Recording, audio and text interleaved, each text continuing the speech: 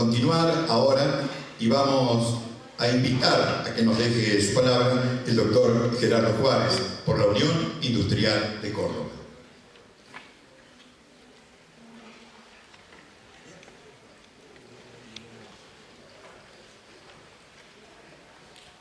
Señor Ministro, señor delegado Superintendencia de Riesgos del Trabajo, señoras, señores.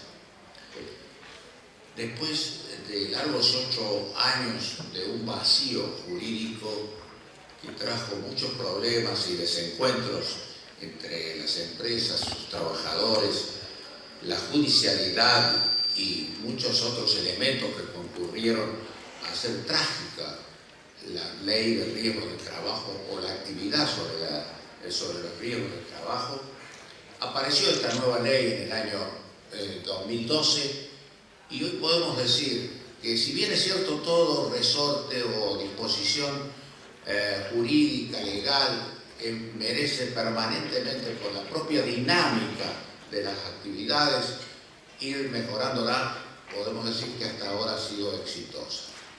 Tenemos la mejor cobertura del mundo, tenemos que en la Argentina los salarios caídos se pagan en un 100%, es decir, todas esas comparaciones, que la judicialidad ha caído, que los riesgos del trabajo han sido en cobertura aumentados, en el número de trabajadores. Por supuesto que falta mucho todavía para incorporarse al sistema, pero es alentador ver los porcentajes que han avanzado desde la sanción de la ley. Y así van acumulándose todos los elementos y hoy pretendemos algunas mejoras, sobre todo en los costos de las ART, de las ART, por cuanto son las más caras del mundo. Posiblemente tenían la disculpa de una alta siniestralidad, de una alta judicialidad. Todo eso ha bajado y es necesario que también bajen esas tasas. Y siempre seguimos insistiendo con un tema que es el accidente in itinere. No es porque queremos que no sea cubierto, sino que no tenemos los empresarios ninguna posibilidad de controlarlo. Ya no hay prevención posible con un hecho externo al lugar de trabajo. Nosotros pretendemos que eso se incorpore a la previsión social, y no gratis. Se puede hacer un aporte que no signifique tampoco algo que pueda aprovecharse el Estado en una recaudación, sino exclusivamente con fondos administrados a tales fines. Todo ello también va a contribuir a que exijamos a las empresas de la cobertura una disminución.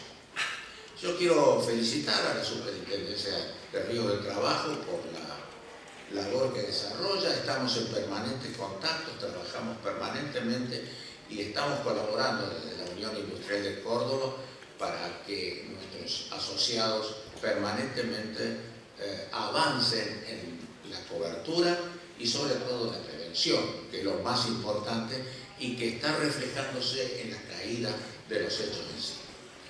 Le agradezco haberme invitado a esta participación y espero que este Congreso tenga el éxito que se merece. Muchas gracias.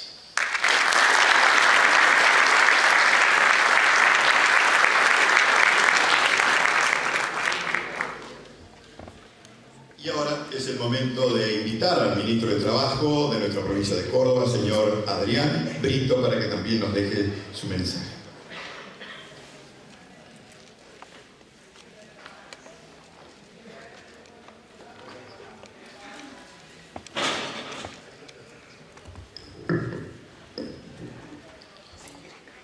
Buenos días a todos los presentes.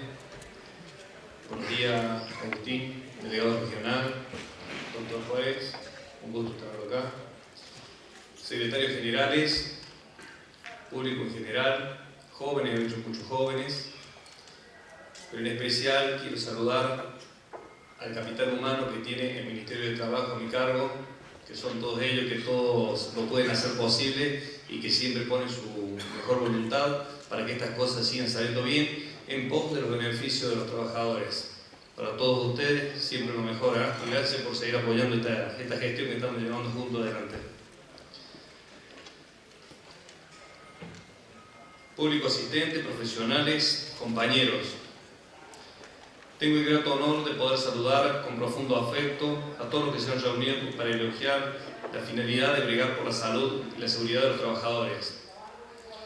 Hay muchas definiciones de trabajo, pero en esta ocasión quiero referirme a aquella que define como vida humana expresada en bienes y servicios. Y la prefiero porque rescata la esencia del trabajo, que es la vida misma, y que por serlo necesita y merece la mayor protección, y además es la vida brindada al prójimo, porque la creación y producción de bienes y servicios posibilita que la sociedad pueda gozar del bienestar que la ciencia y la tecnología han desarrollado. Pero ¿qué serían letra muerta si no estuviesen los trabajadores para ponerla en marcha? Tan importante es el cuidado y la protección de la salud y la seguridad que el Estado ha desarrollado el sistema de controles, evaluación y protección de los trabajadores, y en lugares de trabajo en una función dinámica que no está libre de resistencias, porque en teoría todos los que están de acuerdo en proteger al trabajador, pero en la práctica, cuando esa protección impacta en la economía de las empresas, muchos se resisten a implementar la medida de ley que exige para cuidar la integridad de quienes trabajan. Y es en esos casos en que debemos redoblar el esfuerzo para corregir estas distorsiones que no son formales, sino que ponen en riesgo al trabajador. Cuando me hice cargo de esta cartera ministerial, ya estaban funcionando los organismos dedicados a la protección de la salud y la supervivencia de los ámbitos laborales. Pero uno de los objetivos que me propuse es dotarlo de elementos y medidas para facilitar su labor y escuchar sus reclamos e inquietudes, en la convicción que esta función debe ser apoyada y valorada en su enorme dimensión.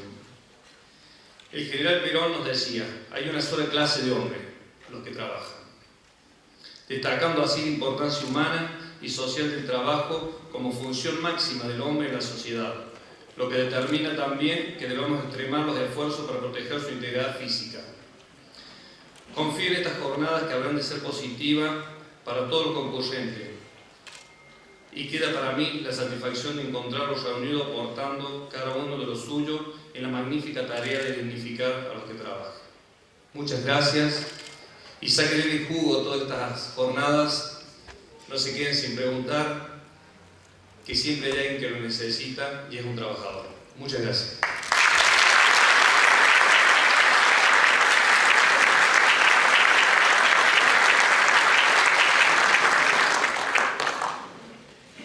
Muy bien, y tras la palabra del ministro de Trabajo, lo invitamos a Agustín Vaca Narvaja también, que es el delegado de nuestra Superintendencia de Trabajos aquí en Córdoba, y lo vamos a escuchar. Bueno, muy buenos días a todos y todas. Es un gusto estar en esta jornada, señor ministro. Es un placer que estemos juntos en esta actividad. Representante de la Unión Industrial de Córdoba, también Gerardo Juárez. Bueno, veo varias caras conocidas a pesar de la oscuridad. Digo caras conocidas en el sentido de que han participado ya en varias jornadas. Esta es la sexta que se desarrolla en Córdoba y que juntos vamos tratando de mejorar en esto que denominamos nosotros un sistema de riesgos del trabajo. No solo una ley, sino un sistema. Porque como bien decía Gerardo Juárez y el ministro Adrián Brito, la actividad, digamos, del conjunto de la sociedad depende también del conjunto de los actores que participan con la responsabilidad que tienen cada uno en su función para poder mejorar el sistema. Y es en esa perspectiva que vamos, de acuerdo a la evolución de este tiempo, es decir, si tomamos en cuenta los últimos 10 años, podemos mencionarles que en los números, efectivamente, hemos mejorado muchísimo en cuanto a lo que es el sistema de riesgos del trabajo. ¿Y en qué sentido digo esto? Bueno, como ustedes saben, la población económica, digamos, activa va creciendo año a año.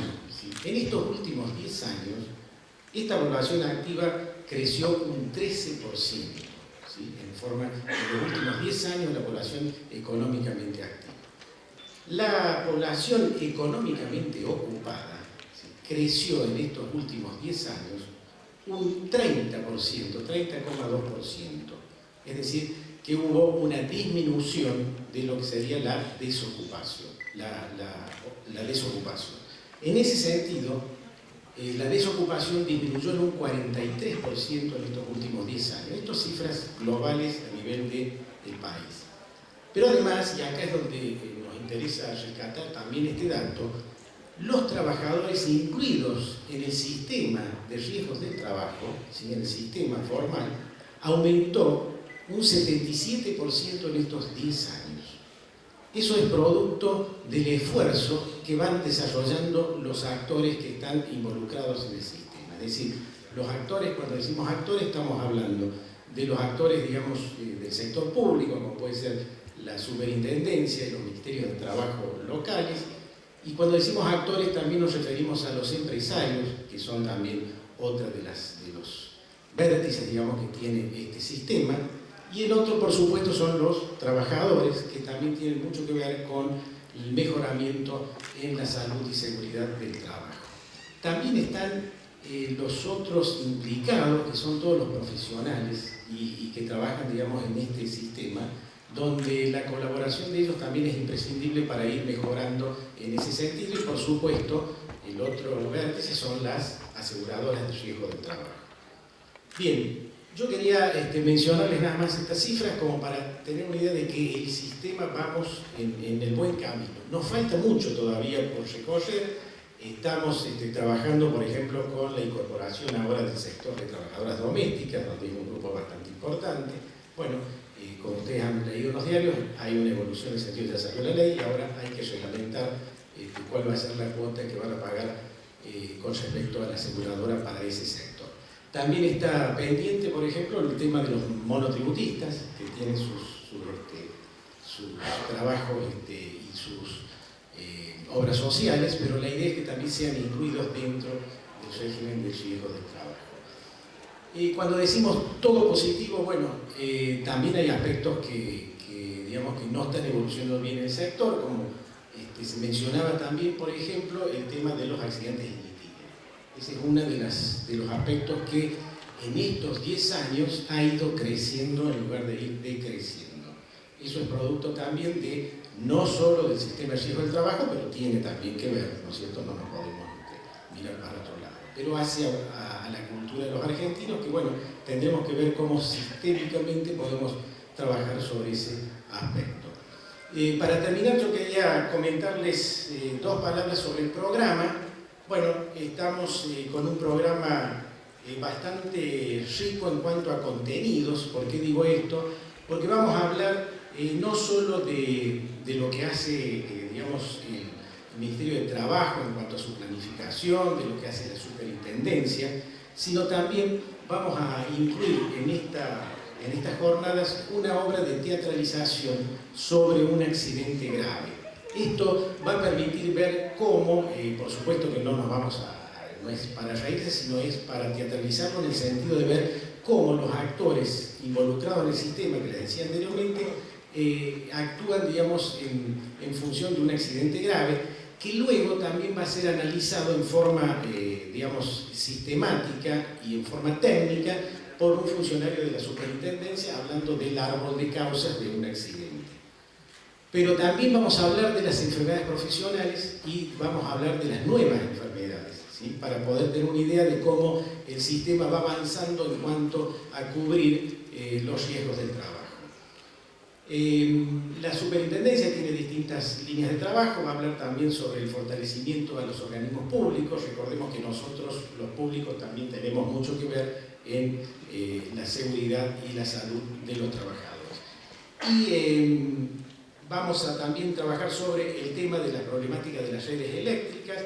Les recuerdo que en Córdoba tenemos una cuatripartita del sector eléctrico que está funcionando y capacitando a todos sus trabajadores en las cooperativas. Son 220 cooperativas en la provincia.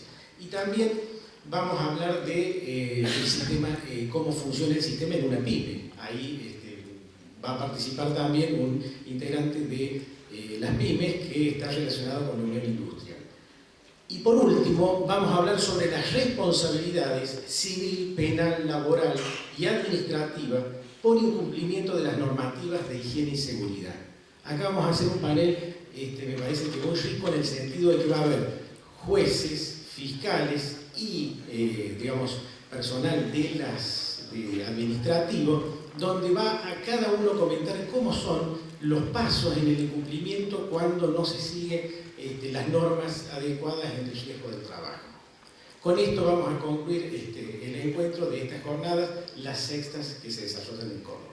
Bueno, espero que sean provechosas y muchas gracias por su atención.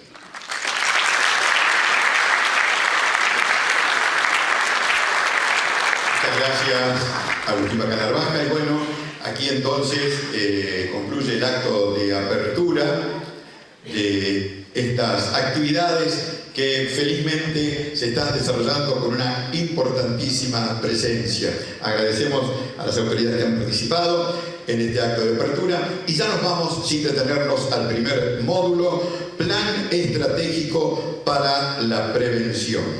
Recibimos a los disertantes, analista José García, de la Dirección de Higiene y Seguridad del Gobierno de la provincia de Córdoba, y también a la ingeniera Florencia Pemopase, inspectora de la SRT de nuestro Superintendencia de Trabajo. Bienvenidos, les damos el aplauso de bienvenida y comienzan ya entonces las actividades que en toda su plenitud vamos a disfrutar durante toda esta jornada.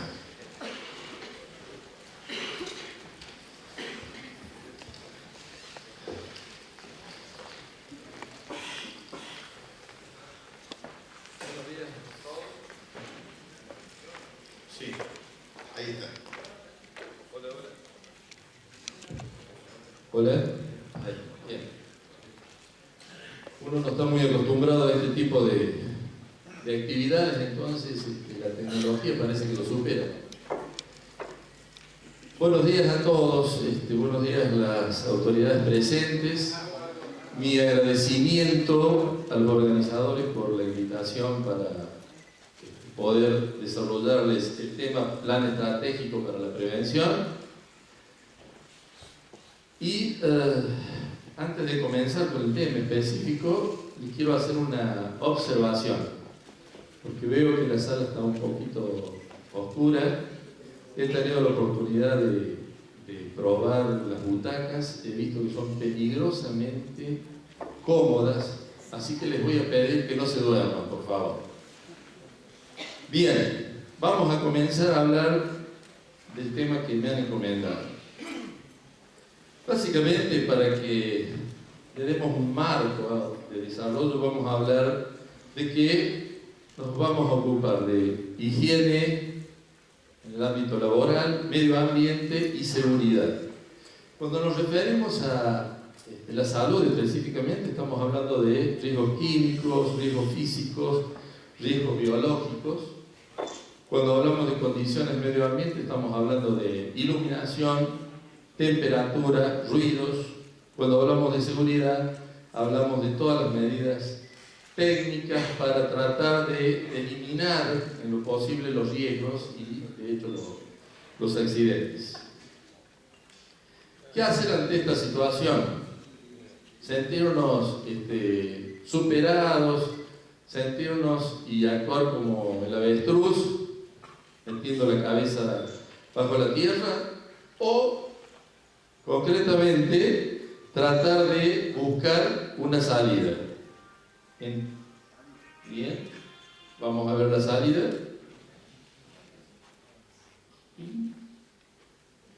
Veo que la tecnología hoy no me está ayudando mucho. No, tampoco da. No. Bien. Listo. Bien.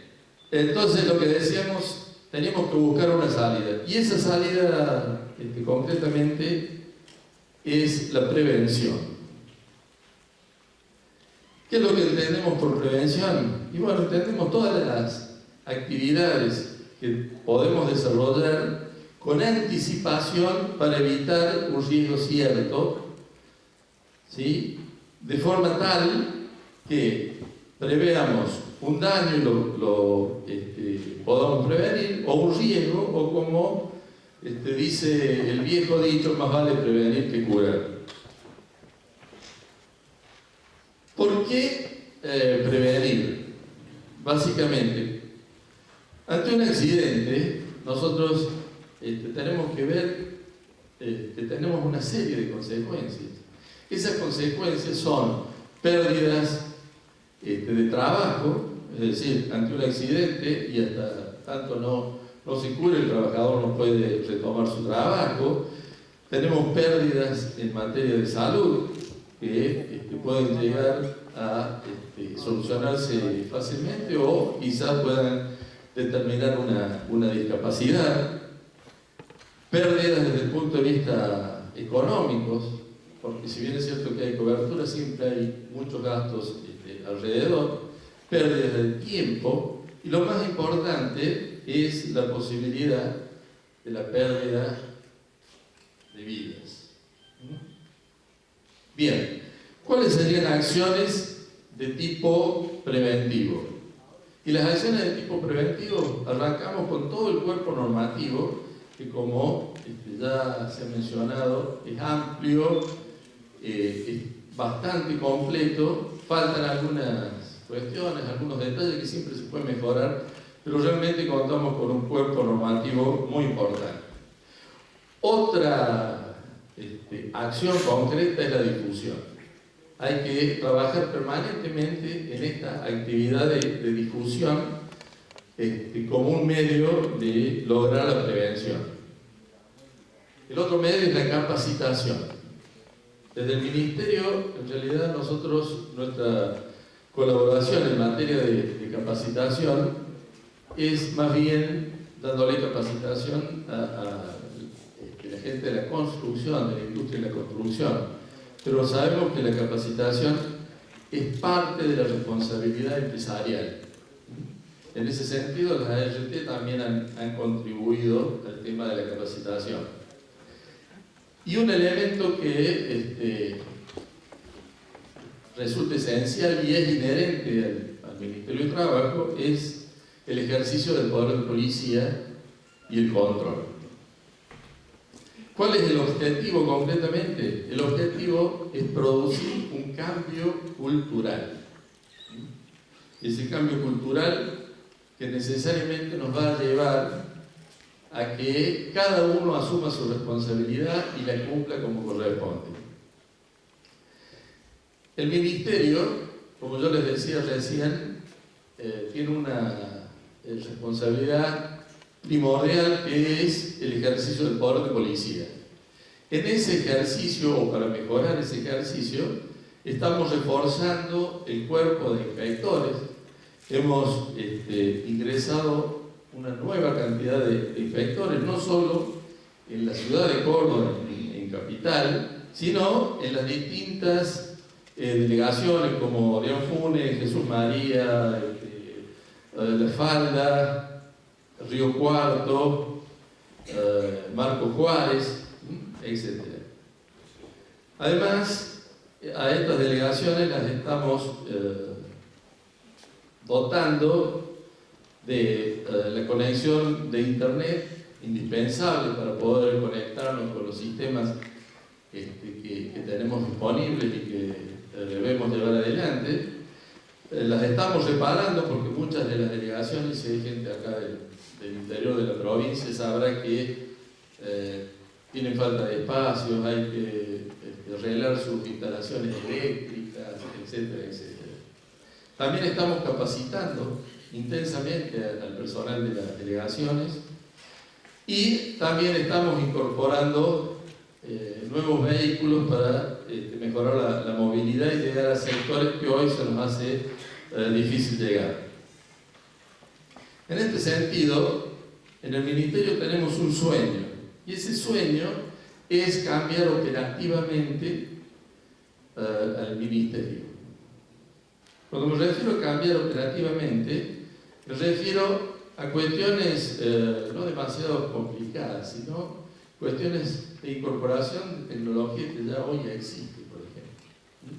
de manera tal de simplificar procedimientos, agilizar su ejecución.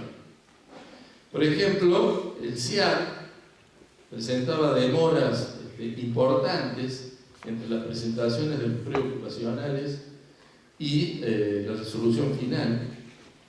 Hoy, desde el 5 de marzo pasado, estamos aplicando una modificación de procedimiento, que es la presentación del legajo APEL y además la presentación de ese legajo en un archivo PDF, de forma tal que lo que viaje entre las delegaciones y el área de capital sea un archivo magnético y no, o mejor dicho, un archivo digital y no el legajo papel.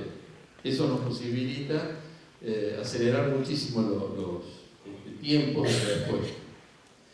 Otro ejemplo es, estamos desarrollando también para las delegaciones una serie de aplicativos que nos van a permitir el seguimiento de expedientes, evitar que se nos pueda llegar a perder algún tipo de documentación, la incorporación de cuestiones que para muchos podrán resultar como muy simples o incomprensibles de que no se tuvieran, que era la posibilidad de tener correos electrónicos y ese tipo de cuestiones. También estamos trabajando en la creación de foros que permiten a nuestros inspectores intercambiar experiencias, poder hablar de problemáticas existentes y hacer las consideraciones correspondientes.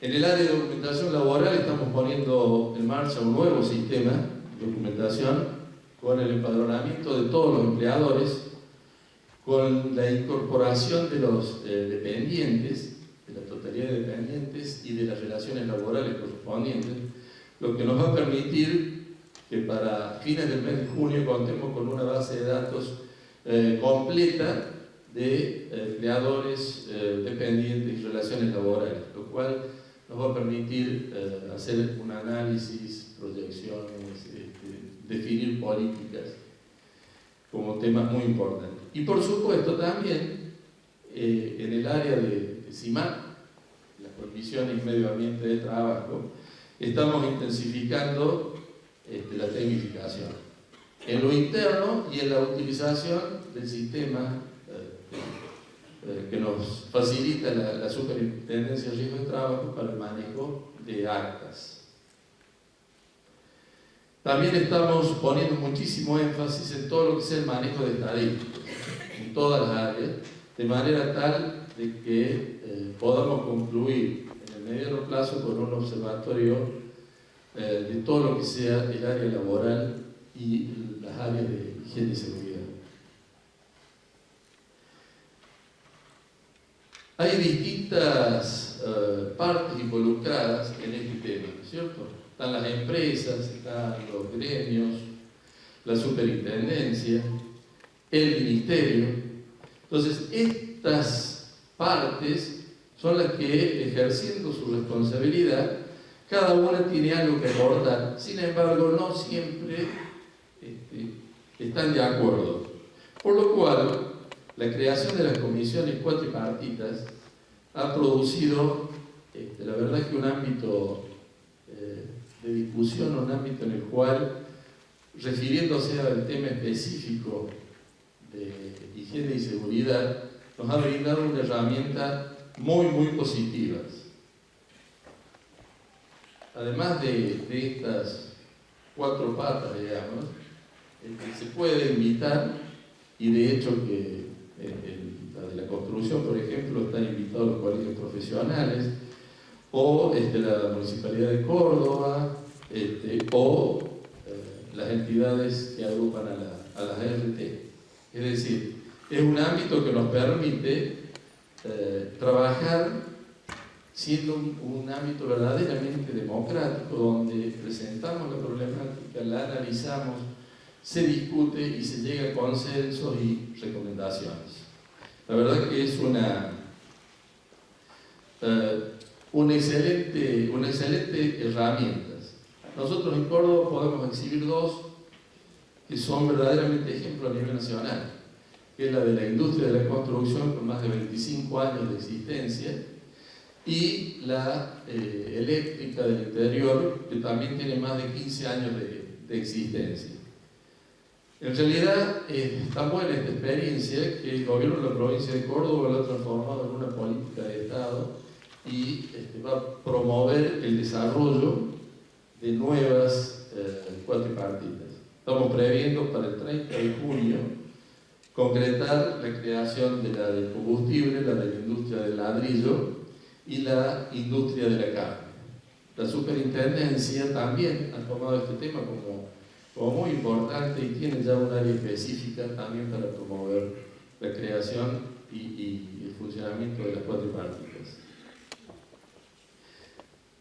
Antes de entrar específicamente en lo que es el plan estratégico, quería que viéramos algunos conceptos básicos. El concepto, creo que más importante en esto es el de la visión.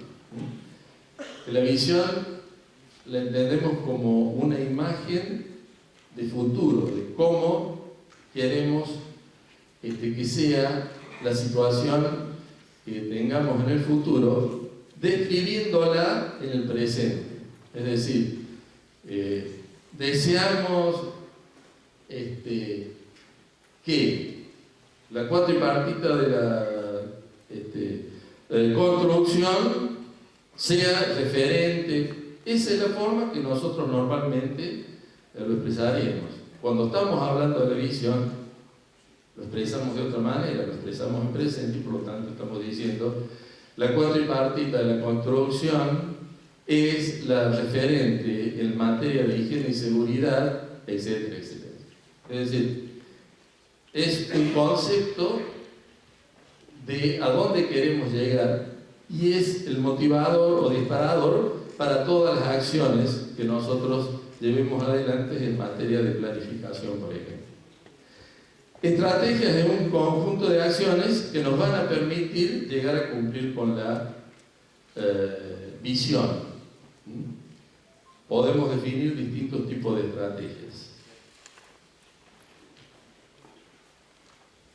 Un tema importante es hablar del concepto básico de planificación estratégica. Como yo también soy vocero, he tenido el honor que me elijan como vocero de la cuatripartita de la construcción,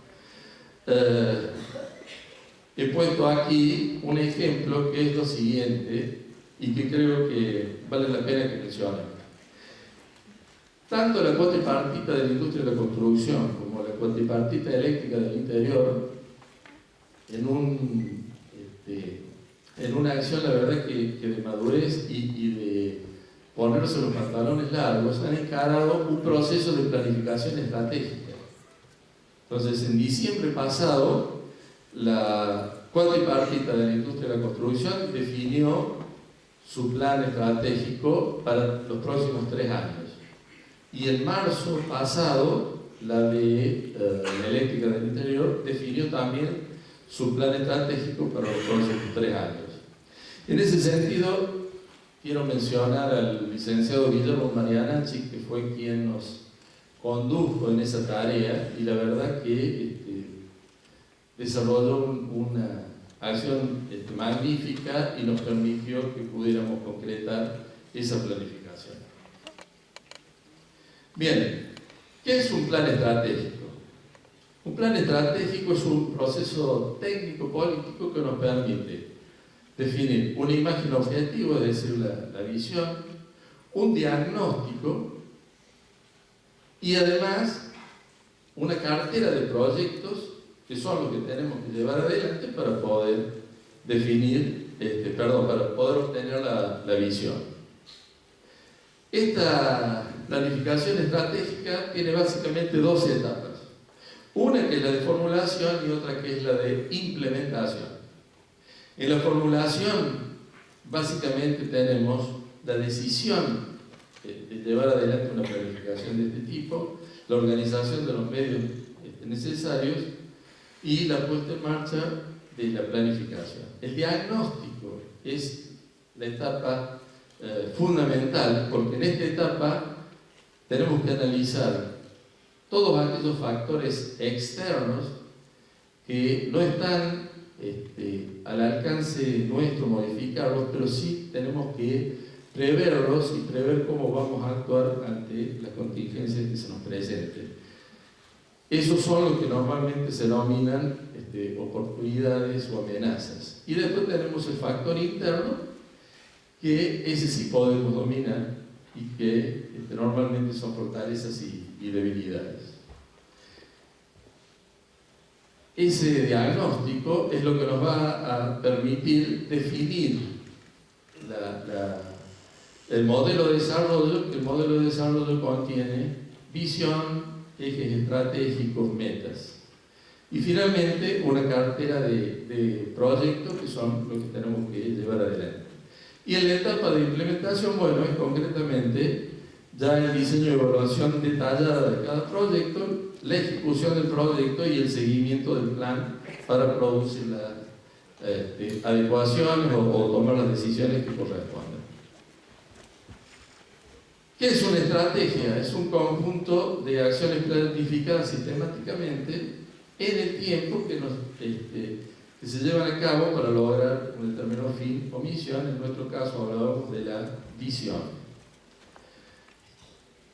Remarcando lo que les comentaba recién, el diagnóstico nos permite analizar un ambiente externo o el contexto externo y en él las oportunidades y las amenazas.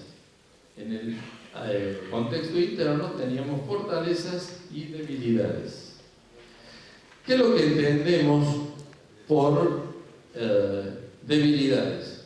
Son todas aquellas cuestiones que no tenemos o falencias que sí tenemos y que son necesarias mejorar o eliminar. Las fortalezas son todas aquellas cuestiones que sí poseemos y que tenemos que mantener y desarrollar. Las amenazas son los peligros potenciales que tenemos de perder conquista o agravar una situación. Las amenazas deben ser neutralizadas en lo posible, y por otro lado tenemos las oportunidades, que son las posibilidades que el contexto externo nos brinda para que, si sabemos aprovecharlas, sean en nuestro beneficio. Bueno, básicamente esta es la matriz que creo que todos conocen del DAFO, como está puesto aquí, o el más conocido popularmente como FODA. Yo les traía el ejemplo de la cuatripartita de la industria de la construcción. Aquí estoy anunciándoles 12 proyectos que en el momento de la planificación se determinaron para desarrollar durante el periodo 2014-2016. Los que ustedes ven, no se nota tanto, pero bueno, ustedes ven que algunos están en un color más celeste, el resto son los que fueron determinados que se van a realizar en el primer año, es decir, entre enero del 2014 y diciembre del 2014. Esto es un ejemplo también de uno de los temas a desarrollar, como, ya tomando el proyecto en particular, se definen actividades, cronogramas, responsables, metas para llevarlo adelante. Richard Selten manifiesta que los errores de una mala planificación son siempre menores que los de una planificación inexistente. Y la verdad que es cierto, y creo que es responsabilidad de todos nosotros planificar y llevar adelante lo planificado de la mejor manera posible, y también el seguimiento o el control, que es lo que nos va a producir la posibilidad de adoptar medidas de corrección para poder finalmente alcanzar las metas que hemos definido. Bien, esto es un poco lo que quería desarrollarles. Les agradezco la atención y los dejo en presencia de alguien que, por supuesto, es mucho más lindo y agradable que yo. Gracias. Gracias. Muchas gracias, analista José García, muchas gracias. Y ahora sí, escuchamos, tal como lo adelantara nuestro analista, a Florencia Meupase, que escuchamos ya con mucho respeto y atención.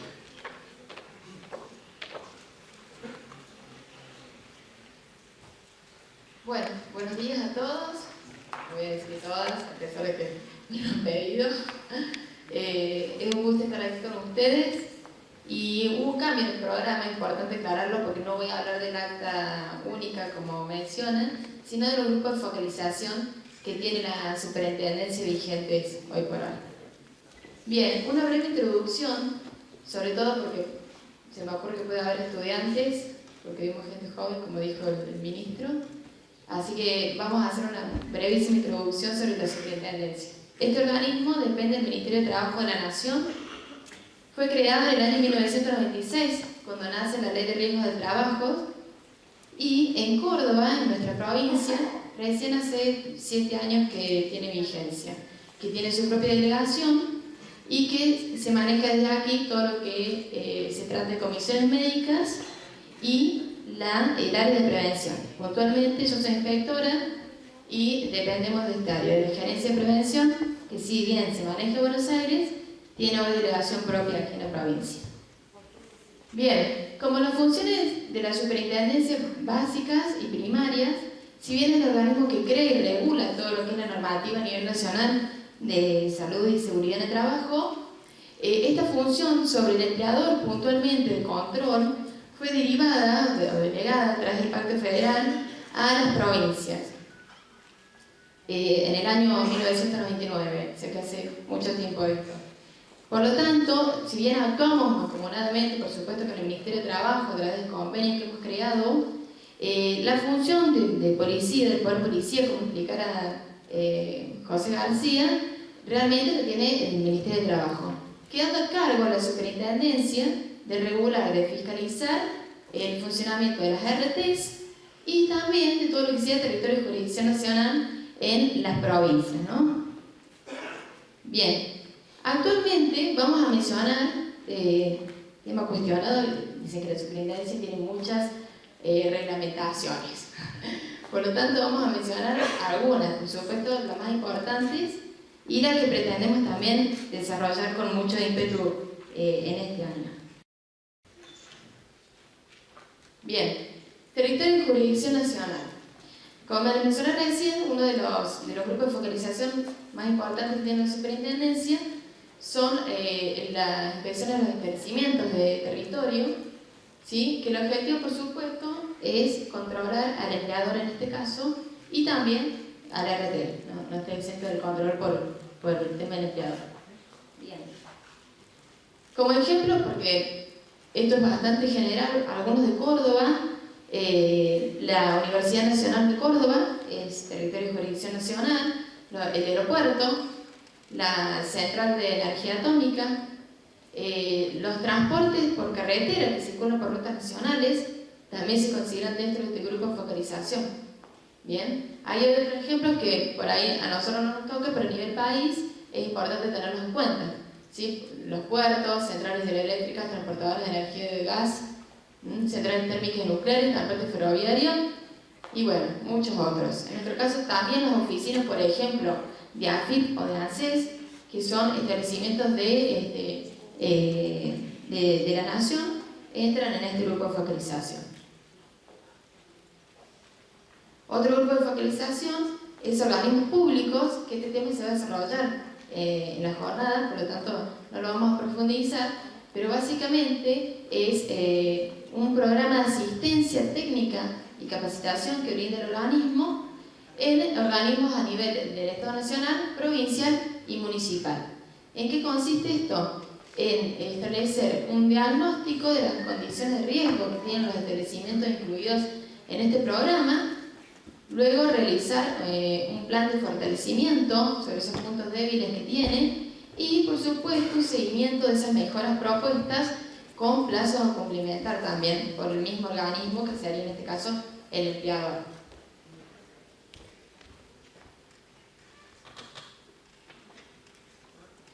Bien. El PREDAS. Vamos a hablar sobre los establecimientos que registran alta siniestralidad, que es por ahí lo que más le interesa en este momento a la superintendencia, por ser empresas que se entiende que tienen más accidentes de los que habitualmente los mismos grupos pares tuvieron en el año calendario anterior. Bien, ¿cuál es el alcance de esta norma? Sobre los empleadores que tienen más de 50 trabajadores. O sea, que estamos hablando de empresas grandes, ¿sí? Es la 559 del año 2009. Bien, para ingresar a esta resolución tiene que haber superado un 10% este empleador el índice de incidencia del trato de la actividad que corresponde. Son términos por ahí medio engorrosos, pero básicamente en términos simples para que todos lo entendamos, cuando una empresa supera en cantidad de accidentes al resto de sus pares, de las empresas que están realizando la misma actividad, es cuando se entiende de que deben adecuarse a esta realidad de la cantidad de accidentes y reducirlos. Bueno, no pasa nada. Bien, ¿qué tiene que hacer? Vamos a explicar un poco cuáles son los actores intervinientes, qué es lo que hace cada uno con esta resolución. Bien.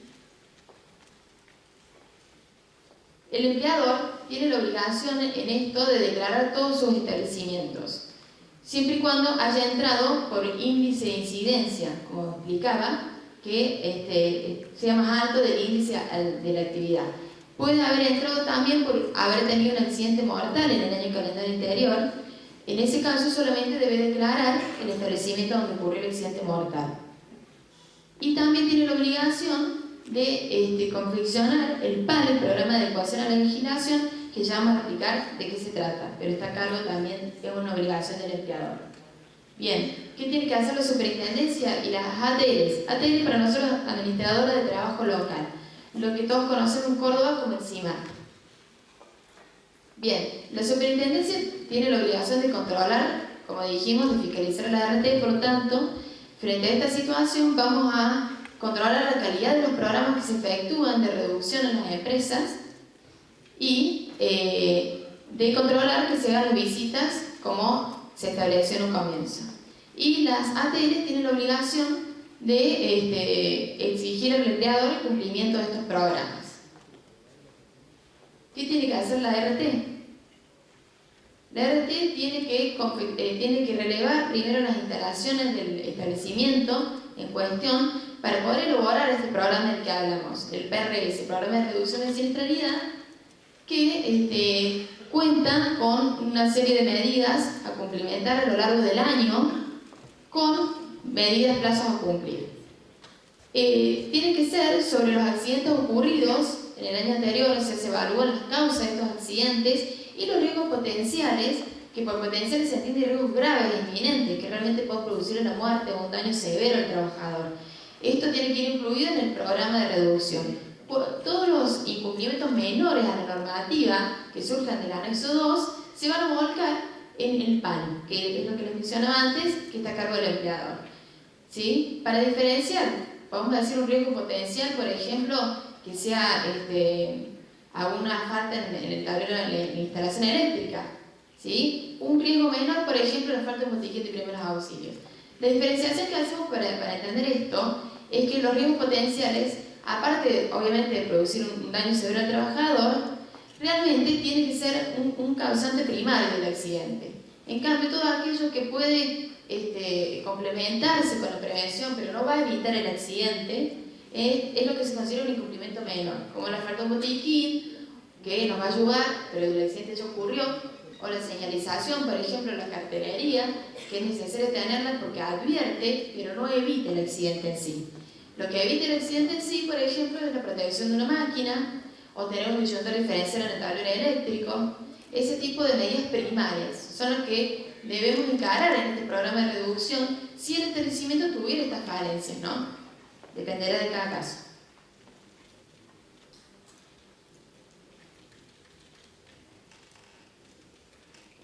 Bien. Después tenemos parecido el programa de pymes, que también está incluido en el grupo de focalización de alta siniestralidad, que es la resolución 1 del 2005 y que el alcance que tiene es para aquellas empresas que tienen trabajadores con una dotación entre 11 y 49 trabajadores. ¿Sí? O sea que es lo mismo que el anterior, con algunas diferencias por supuesto que vamos a mencionar ahora, pero estamos hablando de empresas más chicas. Bien, la idea de esta resolución, el objetivo que tiene, es bajar un 10% al menos el índice de siniestralidad que tienen sobre el que entraron. En el caso de la 559, se pretende con el objetivo que bajen al mismo índice de incidencia que tiene el resto de sus pares, el resto de las empresas que realizan la misma actividad. En el caso de pymes, no, es un 10% menos. Pero también para ingresar, tienen que haber superado este índice un 30%.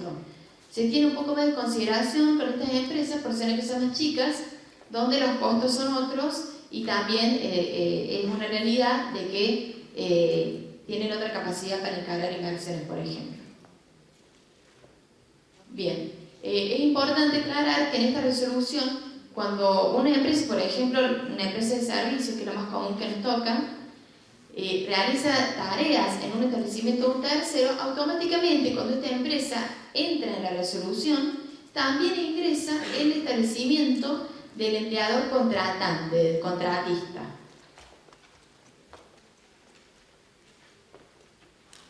Bien, en este caso, también las RTs tienen la obligación de asesorar al empleador, por supuesto, como en cualquier otro caso, de realizar el programa de adecuación, que en este caso es el programa de acciones preventivas específicas que se llama PAPE, luego de realizar el relevamiento de las instalaciones y determinar los riesgos existentes en el establecimiento.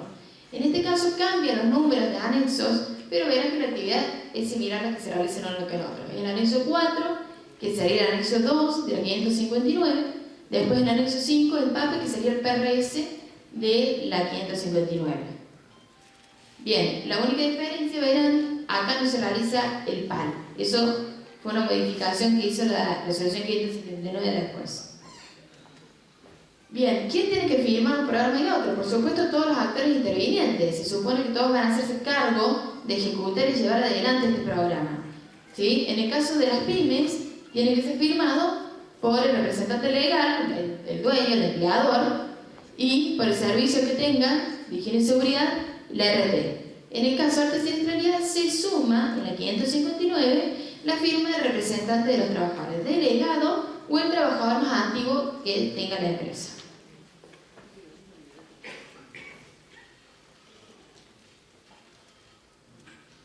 Bien, cualquier duda o consulta que quieran hacer, pueden hacerlo, ¿no? Son temas por ahí engorrosos que no es fácil explicarlos en este contexto, pero bienvenidas cualquier aclaración o comentario que quieran hacer. Vamos a hablar ahora sobre el grupo básico, mucho más sencillo. Toda aquella empresa que no entre en ningún plan de focalización de los mencionados en las resoluciones que hablamos, se entiende que es parte del grupo básico, ¿sí? Desde un kiosco hasta una industria que no tiene elevada cantidad de accidentes, entonces es del grupo básico también. No tiene discriminación con la cantidad de trabajadores, absolutamente todas entran acá. Es la resolución 552 la que rige sobre las mismas, y también una resolución que no la menciona, pero es importante aclarar, la 463, el tema que no está en grupo básico porque es para cualquier establecimiento que exige al empleador que realice el relevamiento de sus instalaciones. Una forma de decir, bueno, yo estoy aquí, tengo esto, y estos son los riesgos que existen en mi establecimiento. Es una declaración jurada que hace el empleador sobre la cual la RT después va a poder trabajar realizando un plan de mejoramiento o la gestión de prevención que sea necesario realizar. Bien. También aquí, los actores intervinientes, los organismos de control que tienen que realizar lo mismo. La RT realiza un asesoramiento, relevamiento de riesgos, pueden brindar capacitación, asistencia técnica sobre los riesgos que haya en el lugar. Las ATLs o el CIMAT también tienen, por supuesto, la obligación de controlar al empleador. Si bien no va a tener el mismo régimen de inspecciones que una de alta centralidad, alguna inspección van a recibir seguramente.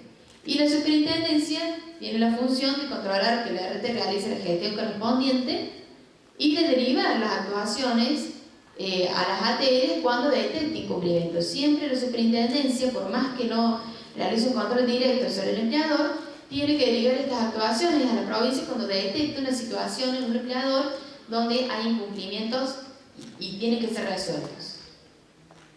Bien, la legislación vigente hoy en la industria de la construcción también es muchísima. Vamos a mencionar las más importantes. El decreto, obviamente, reglamentario 911 del año 96 es general, que establece todas las medidas de prevención aplicables a los riesgos de la construcción. Después tenemos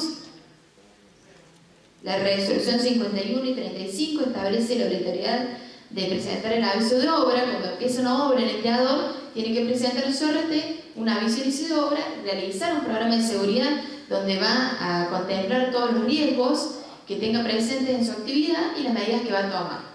La resolución 35 establece la obligatoriedad de coordinar un programa único de seguridad cuando éste tenga muchos subcontratistas en la obra. Entonces, ¿de quién va a depender la coordinación general? Tiene que haber un coordinador general.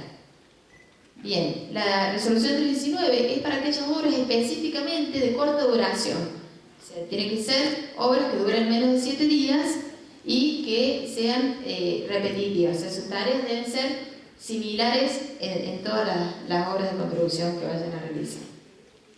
Bien, en la resolución 559, en realidad, cualquier tipo de empresa que reúna la condición de tener más de 50 trabajadores y superar el índice de siniestralidad o tener un mortal, entra en la resolución, sea o no de construcción.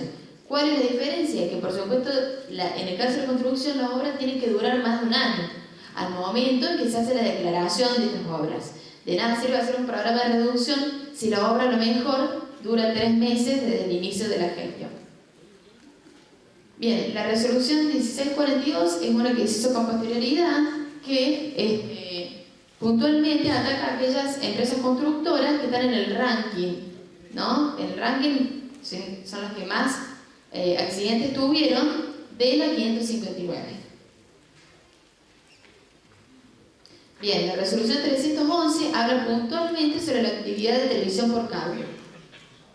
La 550 es una resolución que habla que específicamente trata cuando en la construcción se realizan tareas de demoliciones o de excavaciones de subsuelos y submuraciones. Posteriormente, muy nueva, salió la resolución 503 que establece las medidas que se van a tomar cuando la obra tenga excavaciones superando 1,20 m y cualquier otra disposición que no esté incluida en el 550. Cosa de dejar realmente todo lo que sean las tareas de excavación con el alcance de alguna resolución. Bien, los programas de accidentes mortales también es un tema que van a desarrollar más en profundidad en las jornadas, así que no lo vamos a tocar, pero por supuesto que hay un programa específico que se realiza inmediatamente ocurrido el accidente para contener la posible ocurrencia de un accidente de similares características.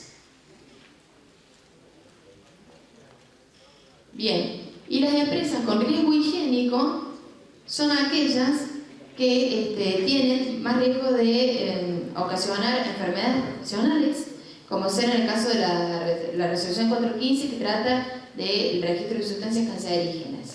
En este caso, lo que se debe hacer, el empleador debe declarar estas sustancias cancerígenas, debe decir que usa o manipula determinadas sustancias realizar la declaración jurada ante UCRT para que de ahí además se disparen obviamente mecanismos de protección tanto del RT como de los organismos de control sobre el uso de estas sustancias. O los bifenilos policlorados, que es la resolución 743, o de ciencias industriales mayores. ¿Sí? Por ejemplo, la industria química, las estaciones de servicio que tienen gas, pueden estar incluidas en estas resoluciones. Bien. Bueno, esto es un poco un resumen que les hice de las resoluciones que hoy tenemos a disposición y con las que trabajamos. Son nuestras herramientas de trabajo para tratar de prevenir, ¿no?, la ocurrencia de los accidentes. Si alguien tiene alguna duda o consulta que quiera hacerme al respecto, hable ahora, calle para siempre. ¿Estamos? Bueno, les agradezco muchísimo la atención.